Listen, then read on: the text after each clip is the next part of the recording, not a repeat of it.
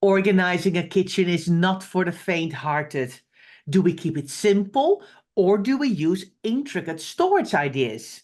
In today's podcast, we're going to talk through some storage ideas that we know truly work.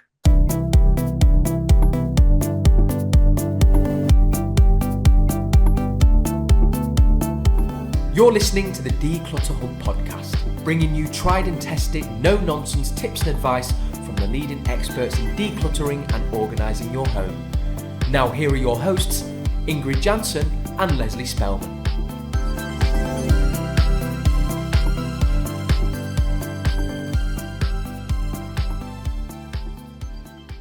Hello and welcome, listeners. I'm Ingrid. And I'm Leslie. If you're new to the Declutter Hub podcast, you're so welcome. What you'll find is that we try and find a fun factor in the serious business of decluttering. And if you've been here for a while, you know exactly what we mean. So thank you so much for listening. If you'd like to get involved in conversations relating to this podcast, it all takes place in our Facebook group. So come and join our lovely, warm, supportive community. To find the Facebook group, go to declutterhub.com/group to find out more, or you can search for the Declutter Hub community on Facebook. Well, here we are again, Leslie, with a podcast, and we're chatting about kitchen storage ideas that we love and use, and we know that work. Yes, and it's fair to say we have done lots of kitchens in our time, and so we have done small kitchens, big kitchens, expansive kitchens. I was trying to work out how many kitchens I've had. Very privileged, right? But I reckon I must have had 7 or 8 kitchens, and 2 or 3 of those have been new. Wow. Which is nice, right? Over the years. Very nice indeed. I've 2 kitchens here in this house, and I had 1 kitchen in my last house. And then other ones in rentals and stuff like that. So I think I've had 3 new kitchens. What about you? I don't think I've ever had a new kitchen. And are you bothered about a new kitchen? Would you love a new kitchen? I think this house needs, this house, if on the look of it, the kitchen in this house still looks quite nice. But if you look at a little bit more detail, you're like, actually it could do with some new shelving, but because it fits the house, the style fits the house really well.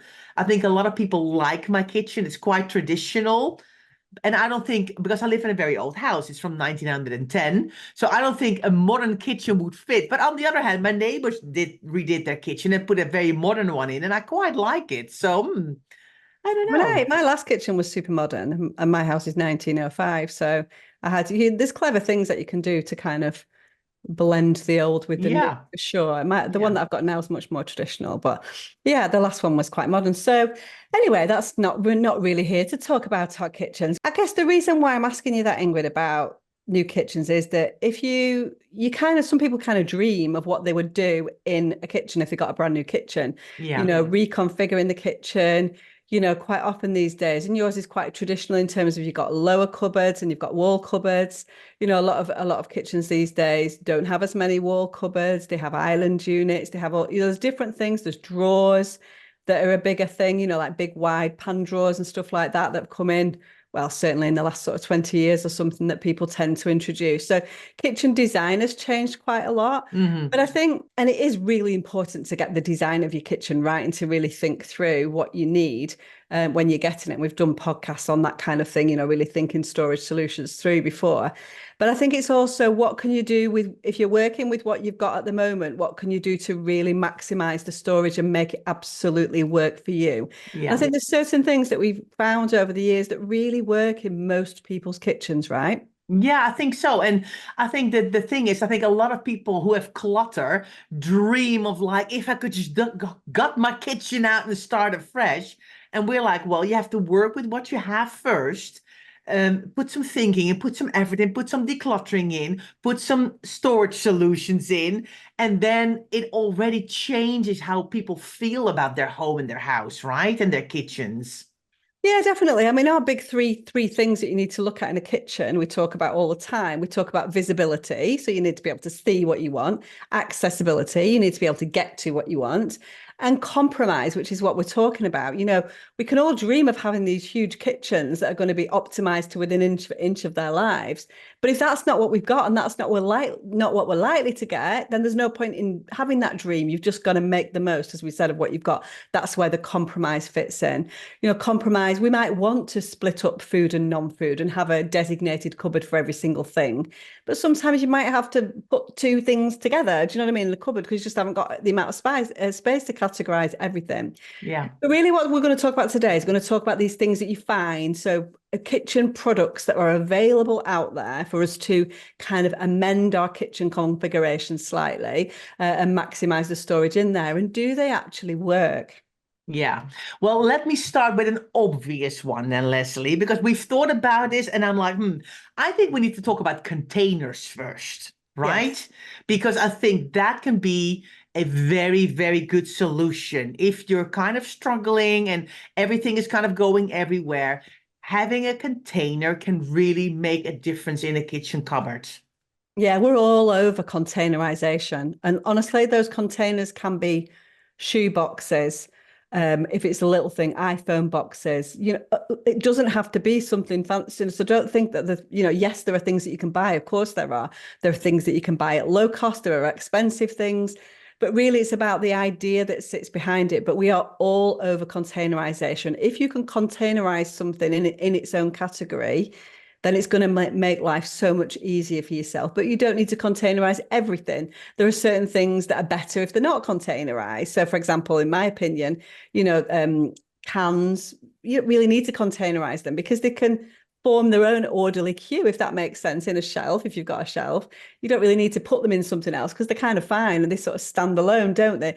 But there are other things that are in wall cupboards, for example, spices, where it's nice to have a container, because that means that you can kind of lift it down and then you can have the visibility and accessibility that you want. So really sort of think that through. So, if we're talking about bulk storage, containerization into some kind of decent sized box, and the box is going to be determined by the size and depth and width of your cupboard, then just put a container in, containerize your pastas, containerize your rices, containerize your snacks, all those kind of things. Super helpful to just do that in the first instance. Yeah. And yes, I agree with you, Leslie. Absolutely. Some cardboard boxes work fine. Ideally, you would probably want to go to plastic in a kitchen just because, especially with food, it can leak, it can spill out, so it's easier than to clean. But if you have no budget to work with, by all means, use a shoebox and see if you can upgrade later when you kind of have more of an idea what you want to store where and what type of container you need. But make sure they are square or rectangular. Yeah, so you say that, Ingrid, we're talking about, and people are going to go, why? I've got loads of round containers. So what's the downside of a round container? A round container always takes up more space, is always more awkward to fit next to each other. You lose space on the sides. Well, if you have got rectangular containers or square containers, you can kind of fit them in together nicely. And with round containers, you always miss that edge, if you know what I mean. Exactly. So I think for the types of things we've been talking about, I think a square or rectangular container is useful. I think it's useful to be able to see the things that you have kind of peeking out the top so you can see what they are, and obviously use labels on everything as normal. I'm going to blow that whole concept of don't use a round container completely out the water now with our first pick, Ingrid, which is actually a round container. So do we want to talk about Lazy Susans? Yes.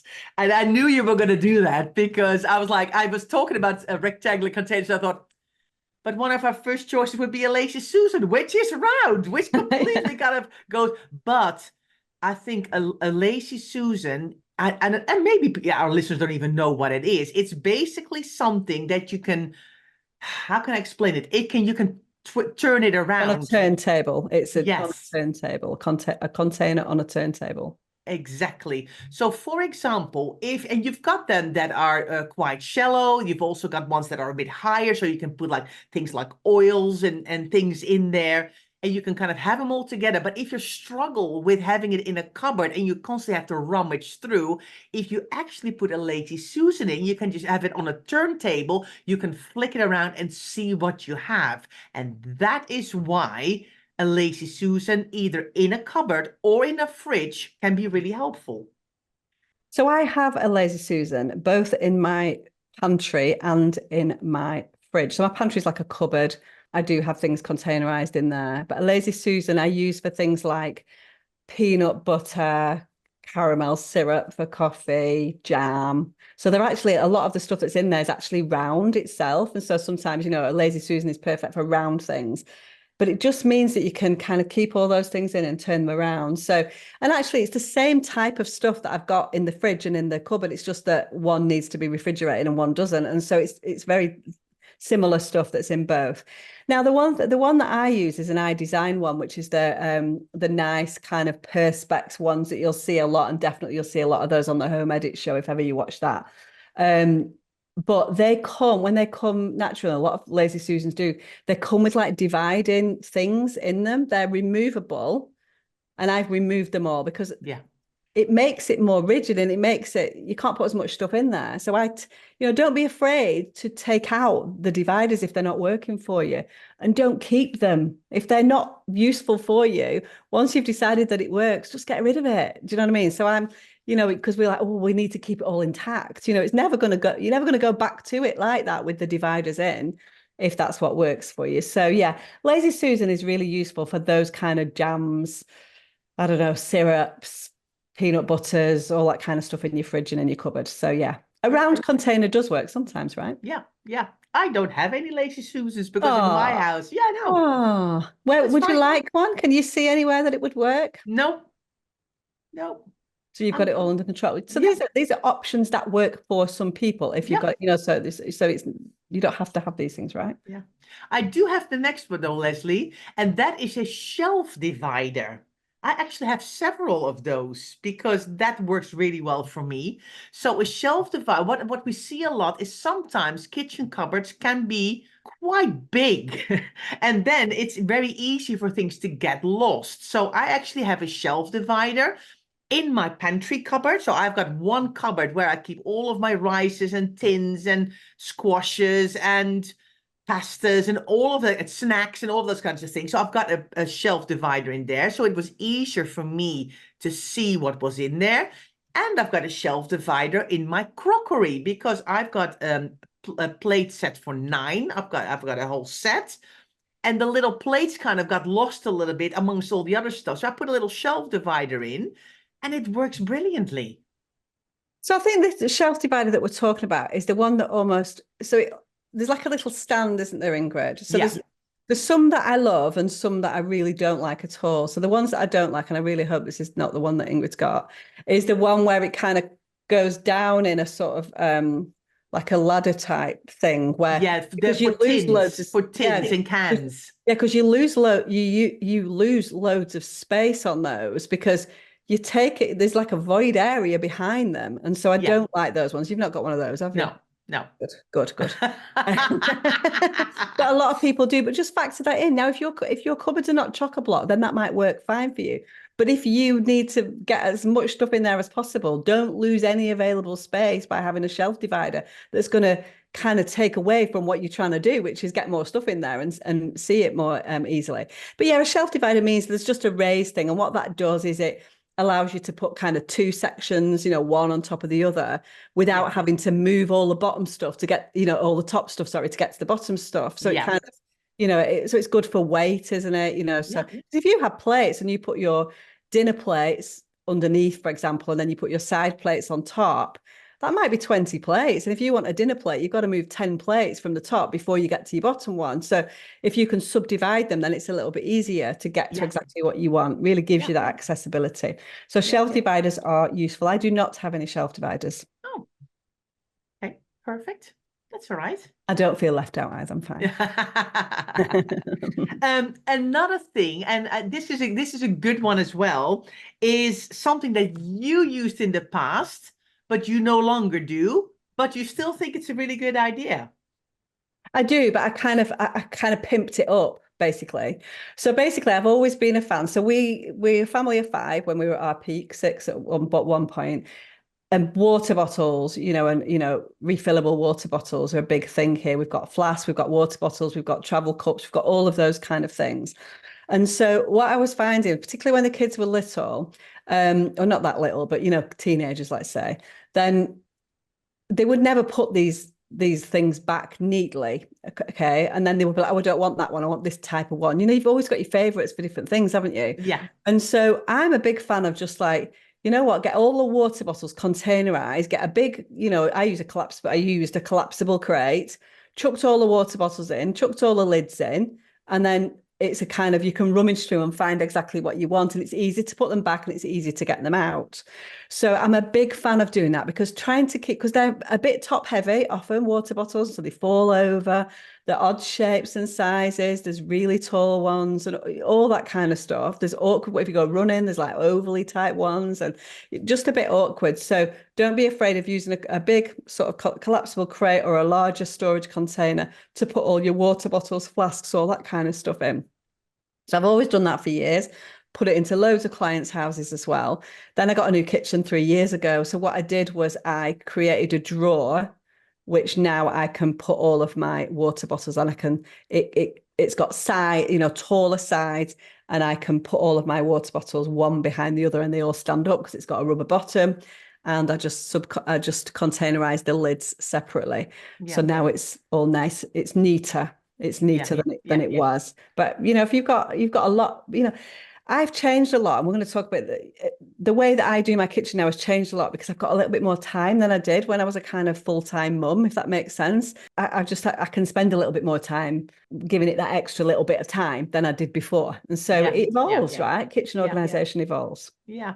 I mean, I've also seen some really cool kind of bottle holders that you can either use in the fridge for I don't know, bottles of water or whatever, but people also use those for water bottles. So that can be a great solution. I mean, I just found one small, narrow, higher cupboard in my kitchen, which is perfect for water bottles. But I recently did a clear out, Leslie, and from the depths of the cupboard, things came out, and I was like, oh, nobody uses this anymore. So, great way to donate some stuff as well. So we've got a ridiculous amount of water bottles. I mean, really, look, I bet we've got 20 to 24 water bottles. I mean, it's a lot. I think it is a lot. But every time I go through it, people are like, yep, use that, use that, use that, use that. Do you know what I mean? So there's none that, because they're all kind of slightly different purposes, right? Yeah. So, no. Some of them can have hot drinks better. Others are better for cold. You know what I mean? And for some reason, I don't want to put my water in a thing where I put my warm drinks in. There you got that again. But it's all a good thing, so to allocate space in your kitchen to water bottles, which ultimately is going to, safeguard the environment and mean that you're not buying plastic bottles for water, is a good thing. And so I think it deserves its space in our kitchen. Yeah. So keep it simple, give yourself a box that you can rummage around and find what you need. And that will be the same for other things. There'll be other things in the kitchen. Tupperware is another example of that, plastic containers. Don't spend loads of time like stacking them up and making them all look perfect if you haven't got time for that. Just throw them all in and you can find what you want in there, but at least they're containerized and not spreading out over your whole cupboard. Yeah, definitely.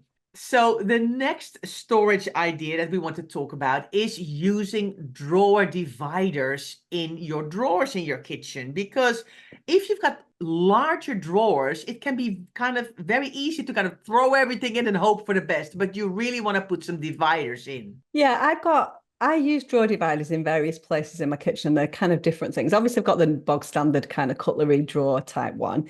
Then I also have a nice kind of wooden one that I've got, because I've got wide drawers, right? So I've got pan drawers, and some of the drawers are divided into two, where you've got a top one that comes out separately. So I subdivide my utensils as well. So I've got it's probably got about 6 sections, but it's a wide drawer. I also use a drawer divider in my kind of drawer of useful things, which a lot of people will know as a junk drawer. So I've got pens in one section, I've got a little pot actually for used batteries, different things like that. So everyone needs like a drawer of useful things. So we're not against having things to hand in a kitchen that you need, but we would advocate for it being organized rather than just thrown in there in a big jumble. So that's where a drawer divider can come in, so the type of thing that you would use to divide your cutlery, use that to divide your drawer of useful things as well. Use that potentially to divide your utensils, although it needs to be bigger. The sections need to be bigger with utensils because the utensils themselves are bigger. And so I use drawer dividers there. I also use drawer dividers, which actually I don't like that much, if I'm being really honest, which are, again, they're the iDesign ones, the plastic ones. They kind of expand to just kind of subdivide the drawer. And it's not that I don't like the drawer divider, but they don't work well. They Mhm. don't hold properly. So they've got a kind of ratchet system on them that kind of, so they should stay in place, and they come loose all the time. It's a bit annoying, and then they go off. So I need to buy a new one. I need to go to our own Amazon shop and buy the ones that actually do work, don't I? Yeah, yeah, Because that one yeah. doesn't, and that's not in our shop. The ones that work are in our shop because they work. Exactly. We use them, and I just need to practice what we preach, right?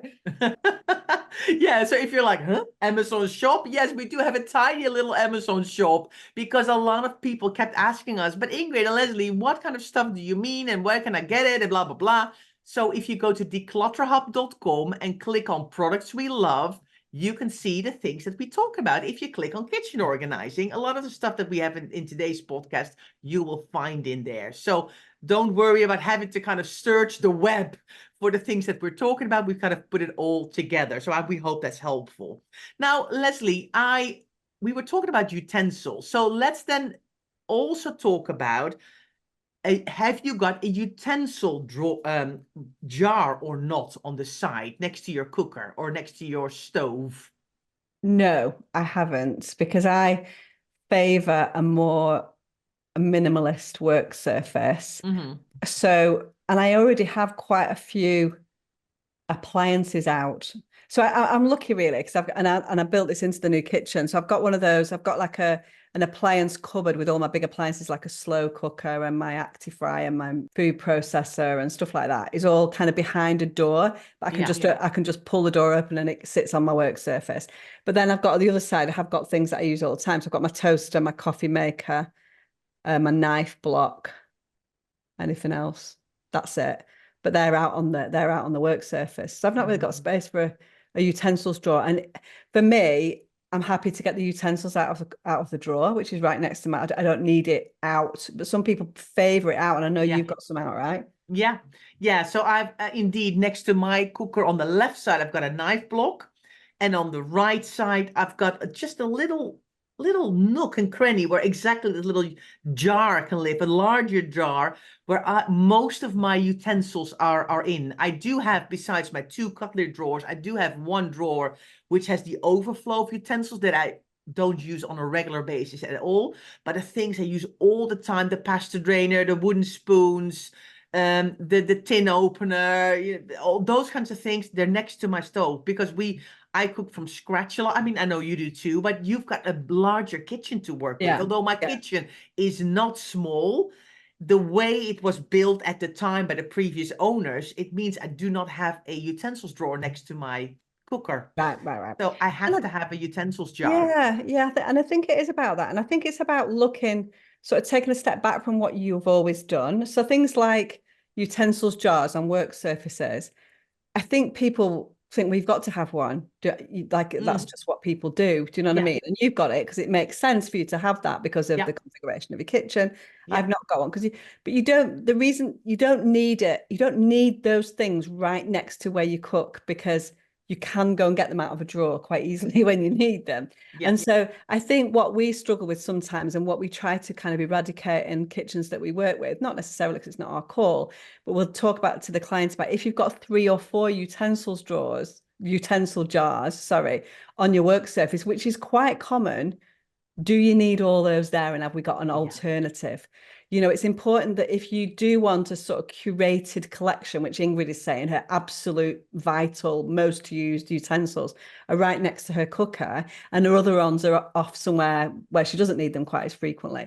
Just think about that, because if you've got 4 lots and you've got everything, including your melon baller and your strawberry huller and your whatever you've got on your chopstick, and they're all in there and they're all out, then that's going to add to your visual clutter. Do we have an alternative? And so I think it's important to keep that stuff that's on your work surface to a minimum if you want to. Talking about lazy Susans as well, a lot of people, Ingrid, use a lazy Susan for oils and vinegars as well, next to the hob or the stove top or whatever. So lazy Susan can come into its own there as well, outside on a work surface. It's entirely up to you how you do it. So for me, I kind of prefer it to be cleaner lines on my work surface. But if you can't do that or don't want to do that for whatever reason, it's fine. But it's just about looking at it and asking yourself the question, I think, isn't it? Yeah, definitely. Well, fantastic ideas so far. So let's go for a break because we've got more for you guys. So see you soon. Hi, everyone. Welcome back where we're discussing great storage ideas and solutions for kitchens. And let's just dive in the next one that I think, I actually realized I don't have this, but you have it, I think, and it's actually very helpful. I think it doesn't fit in my kitchen. If it would, I probably would have one. The suspense is killing me. I don't even know what you're talking about. I'm like, I don't know whether I've got it because I don't know what it is. What are you talking about? Well, I'm talking about like pen lid holders and holders where you can put like baking sheets in or chopping boards. They're like these iron little racks with little holes, and you can kind of put stuff vertically instead of horizontally. So I think there's two different things. For me, there's two different things in there. Yeah. Do I have something that I put my pan lids into? No, for storage, I don't. I put my pan lids into a large, not very often used pan, like a massive pan thing. And I put my smaller pan lids into that and I just grab them out if I need them. But I don't cook with lids on often. So I've actually got rid of a load of lids because I don't use them, right? Yeah. So I think that's very relevant. Some people love a pan lid, right? And so that's up to you in the way that you cook. There's no right or wrong way, pan lid, not pan lid. I mean, obviously I've got some pan lids because you need them sometimes, but sometimes I haven't. So I just use a bigger pan to put the pan lids for the smaller pans. But I'm an absolute super fan of the metal racks that Ingrid's talking about for chopping boards and baking trays. You can use them for pan lids, but they're not quite as good. There's something a little bit different, I think, than what we're talking about. But it can be an absolute game changer because it holds these things vertically, which means that you can just pull them out without having to wrestle with all the stuff that's on top. It keeps them nicely containerized. It looks intentional and really good. And they're they're not that much money, right? No. Under £10, I would say, for them. And it's definitely worth it, particularly if you're a baker or have got a lot of baking sheets. Yeah. I think if my kitchen would be configured differently, I would have one.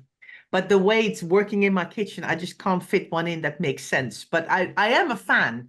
And I would indeed suggest it to clients who actually indeed do a lot of baking or love cooking or got a lot of chopping boards and things like that. And if we've got a kind of a space, I would go, that's what we should get. So you can still replicate that. You can still replicate that vertical kind of thing. You might not, it's nice to have it all what you're doing is subdividing it in those metal racks. You can still do that. You can still stack your baking trays vertically and then, hold them in with a plate and then pull them out in the same way. It's not quite as easy, but you can still do that. Put your chopping boards. My chopping boards have always been vertical, stacked at the side of something else. You know what I mean? They still are, in fact, because I don't use that for my chopping. I have a cupboard that's got things like cheese, odd things, cheese graters and potato ricers and jugs and, measuring jugs, those kinds of things. I keep all those random kind of kitchen things together. And my chopping boards are just nicely slotted in down the side of that cupboard vertically. So you don't necessarily need a rack, but it does make things a little bit easier. And they're definitely in that Amazon shop because I love them. And I put them into loads of clients' houses. And our members love them now as well, don't they? Yeah, absolutely. Next one is the dreaded corner cupboard, Leslie, that a lot of people have in their kitchen. There's a cupboard in the corner and it always has an awkward door and you can never really reach into it. But some people have something called a Le Mans unit. It's kind of a kidney-shaped gadget that when you open a door, it kind of comes out. It's like, I don't have one because I have a rectangular kitchen, so I don't have a corner cupboard. But if I'd have a corner cupboard ever, I would want one of these. And I think there are the kidney-shaped ones. So it's kind of almost I think this is what you have to put these things into your kitchen when your kitchen is constructed. I'm sure you can probably do it retrospectively, but normally it's done within the construction of the kitchen, right? And so basically it allows a shelf to kind of whiz out and be on the outside of the cupboard almost. Yeah. And so they're absolutely brilliant for tins. I've put the packets of pasta on there, all containerized. At the moment, I've got some overflow kind of appliances in there at the moment. So you can put all different kinds of things. But the nice thing is it allows you to get to the back of the cupboard really easy without going on your hands and knees and going into the depths of beyond, which is what we always have to do. I mean, we dread it, don't we, Ingrid, when we're doing kitchens and we have to kind of get into the back of the cupboard with our cloths and you can't see it. You've got your torch on your phone to see whether you've got everything. It's like, oh my word. I've been known to disappear nearly in one of them. I'm like, where are you? I'm like, I'm stuck. I'm stuck in the corner. And the thing is, these cupboards should be an absolute joy because it gives you loads of extra space that you haven't got. Yeah. The key to those corner cupboards is if you haven't got a Le Mans unit, is not putting stuff in there that you use often. You know, you need to put stuff in there that's like for parties or whatever. Don't use your most often used things in there. You can replicate those Le Mans units with boxes as well. So quite often we will containerize, find 2 boxes that will fit sort of side by side in that cupboard, fill one with seldom used things and put the most used things at the front. And then you would just have to take one box out and then you can drag the whole box. The nice thing about a containerized using containers is that you're not trying to drag one item at a time. You can bring the whole box out, then you can rummage, find what you want and then put it back. And so, you have got an option to replicate these kind of things as well. Yeah, I love it. I love it. Another thing we enjoy using in kitchens are canisters. But one is not the other, is it, Leslie? I know, yeah, you've really got to think about it. And we talked right at the beginning of the podcast about using square rather than round canisters. Now, round things in kitchens are lovely from an aesthetic perspective. They're lovely for things that are out on display where space is not at a premium. But generally, if you are using canisters, and they could be plastic or glass typically at the moment, there's a few bamboo ones out there and stuff like that as well. But they need to be square or rectangle, really, don't they, Ingrid, if possible? But you've really got to if you are going to start to decant things, we have a conversation about decanting things. You've got to be careful about whether it's the right thing for you to do where you are in your decluttering journey. So obviously there's reasons to decant stuff as well, and tests and keeping things fresh and all that kind of stuff. So it's a good idea if you're not a big family to decant your cereals and keep them, there's loads of different reasons why you should or shouldn't decant cereals or any other kinds of things. I have started decanting things more recently, and I use glass containers with bamboo tops, which is nice, and they're all labeled. I really thought it through, but it's a big amount of money. I told you, Ingrid, it was hundreds of pounds to get the right containers for those cupboards. So I had to do it gradually over time to make sure, but I had to really plan it out in terms of what size canister do I need for, how much space do I need for noodles? How much do I need for rice? And there's no point in me having a massive container for something that I need very little of, like I have one for like brown sugar that I rarely use, So that's got a really small container. So you've really got to plan it out. But, there's loads of nice things on there, but glass or plastic, the OXO good grips are one, are fantastic, aren't they? For plastic, if you're happy to go down the plastic route. Glass you can get from all different places, but it is fragile. So the problem is that if you get glass, it's going to smash if you drop it, you know what I mean? And so I've had a couple of breaks on it, but you just have to be careful, I guess. If you've got little kids, might be a bit more tricky. So just think that through. But square and rectangular, square really, rather than round. Yeah, it's interesting because I think a lot of people who've been listening to the podcast for a while, they know how quite meticulous I am with things and how I like it just as, but I'm just not ready to do the decanting. And I know you weren't for years and years either, Leslie. And it's more that when you redid your kitchen, you really start to think, okay, the kids are, all kind of flying the nest now. I feel there's not as, you feel that you want to spend the time on that. I'm just not there yet. We go through rates of not sharing with granola and pasta and rice. And I'm like, I just don't see the point yet to decant it and to get all the containers and the labels and do all of that. So I'm just not ready yet. But I think, to be honest, Ingrid, it wasn't really, it was time, of course, and I had the time to do it, but it was really because I really wanted a pantry. That was my kind of dream. I wanted a pantry cupboard and I got one.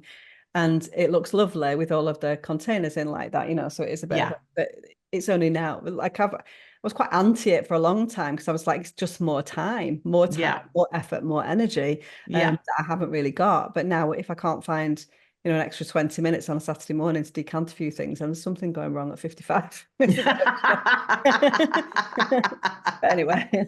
Interesting. I think the same goes a little bit for fridge-scaping. I mean, that is maybe a term that you had never heard before, but I think over the last couple of years, we've suddenly seen all these beautiful fridges appear everywhere with all these amazing plastic containers. Now, actually, I have bought 2 plastic containers for my fridge because my fruit was always in the little plastic things that you get from the shop, and I now actually put them in, and also some of my lunch meats. I eat a lot of bread. I'm Dutch. I can't help myself. So we've got like salamis and hams and cheeses and all those things. So I've got a little plastic container, and I decant it. But I don't have everything in plastic containers and organized to the inch of his life. But some people absolutely love that stuff. I think it's quite, I've gone in and out. So I've tried it. Do I love it? Not really. I think it takes a lot of space up. Yeah. You know what I mean? It takes more space than it adds. Yeah. So I think you've really got to have either a massive fridge. I don't know really. I know. The problem with any kind of containerization anywhere is it has to be quite precise. And so what you'll find when people decant things is that they've got everything decanted into a nice container, and then they've got an overflow area with, but the problem is in a fridge, you can't have an overflow area because typically most people have only got one fridge. And so that overflow would need to be in your fridge, right? And so what's the point? And so I think that, I've got 2 of those containers in. I had ones that were like little drawers, and then I took the drawers out and I just used the I didn't have it as a unit with a top on. I'm not really a fan. I've got my Lazy Susan, and I've got 2 of these plastic containers that I kind of throw a bit of fruit in. But I do still find that I've got fruit on the side that I can't fit in the containers. You know what I mean? Yeah, yeah. I know. I think it's just so interesting, isn't it? Because we've called this episode Kitchen Storage Ideas That Work, but it just shows that some things work for you and some things work for me, and some things work for both of us. And it's just, I think, and that's why we never do it one size fits all, do we, Leslie? We always say you have to look at your own house and see what works. Right, Leslie. Well, let's do one more then, just because we can. We also really like something called a mop or broom holder.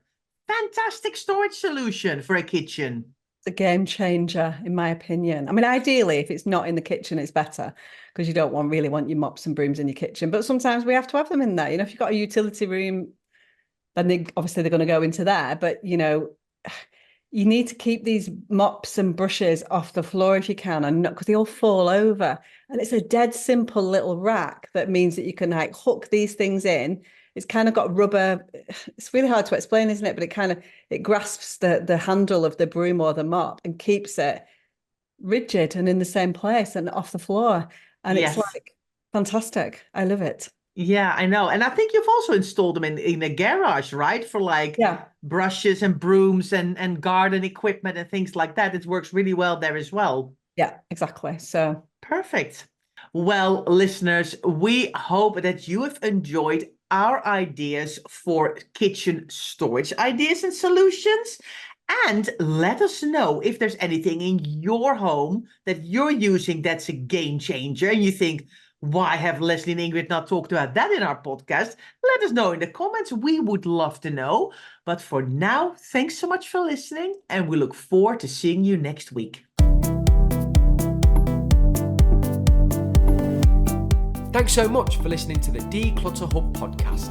Don't forget to subscribe to us in your podcast player so you don't miss an episode, and we'll see you next week.